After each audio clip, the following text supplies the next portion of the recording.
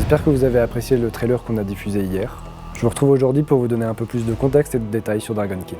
Avant de rentrer dans le vif du sujet, je préfère rappeler que Dragonkin est prévu de sortir le 6 mars 2025 en accès anticipé sur PC et des versions Xbox Series et PS5 sont prévues pour plus tard. À Echo Software, nous sommes des passionnés de jeux vidéo, et en particulier de hack and slash.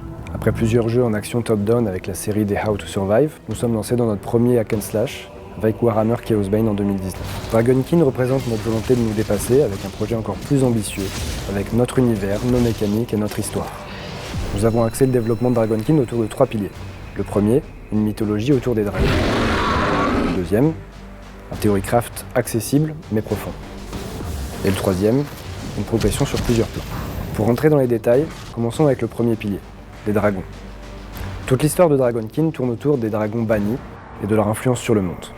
Leur voix et leur sang ont des propriétés particulières qui peuvent corrompre le corps comme l'esprit. L'univers de Dragonkin s'est inspiré du mythe du dragon sous toutes ses formes.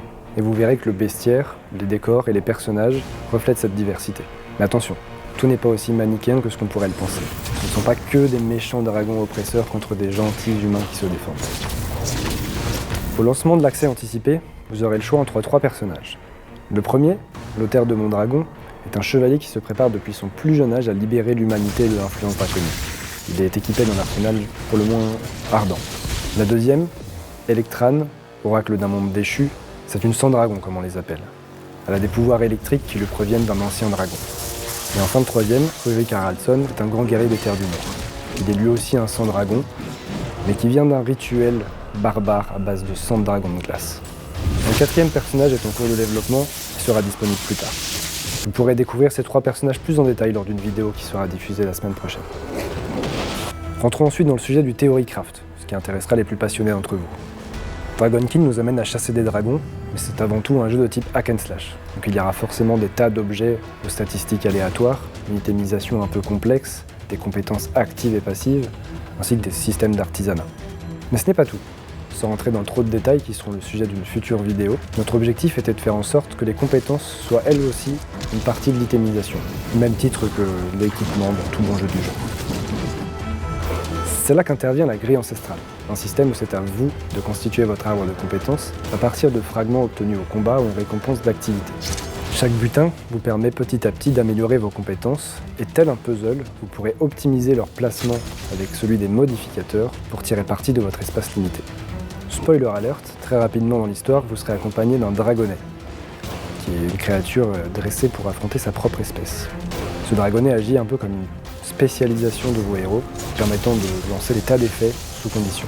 Le dragonnet aura en plus sa place dans la grille ancestrale, complexifiant encore plus vos choix. Parlons enfin du troisième grand pilier de Dragonkin, la progression. En plus de la grille ancestrale et de tout le theorycraft, il nous paraissait important de faire évoluer le monde avec la progression du héros, mais également d'améliorer l'expérience multijoueur et la création de multiples personnages. C'est dans cette optique que nos héros évoluent dans une grande ville, la cité de Montescail. Entre 2 sessions de combat effrénées, vous pourrez retourner dans ce lieu de paix relative, où essayent de cohabiter les différents humains, protégés de l'influence draconique. La cité de Montescail est riche en artisans et en services, allant de la simple vente d'objets à la création d'ornements d'armure, ou à l'investigation d'une rumeur de taverne. Mais aussi, et surtout, la ville possède un niveau et va monter en prospérité au fil de vos découvertes et de vos créations artisanales, permettant de débloquer de nouveaux services ou d'en améliorer des précédents. C'est donc un lieu central pour le multijoueur, mais également pour vos personnages actuels et futurs qui bénéficieront de tous les bonus et services actuellement débloqués lors de vos parties précédentes. Tout comme pour les héros et la grille ancestrale, la ville nécessite un peu plus d'attention. Nous avons prévu une vidéo complète qui parlera un peu plus en détail de son fonctionnement, qui sortira dans le futur. Merci beaucoup d'avoir suivi cet extended gameplay. Nous sommes très heureux de vous voir de plus en plus nombreux sur notre Discord et répondre sous nos vidéos. Pour rappel, Dragonkin est prévu de sortir le 6 mars 2025 en accès anticipé sur PC et des versions Xbox Series et PS5 sont prévues pour le futur. En attendant, nous vous donnons rendez-vous la semaine prochaine pour une vidéo sur les héros de Dragonkin. Nous ne sommes qu'au début de ce que nous devons vous montrer.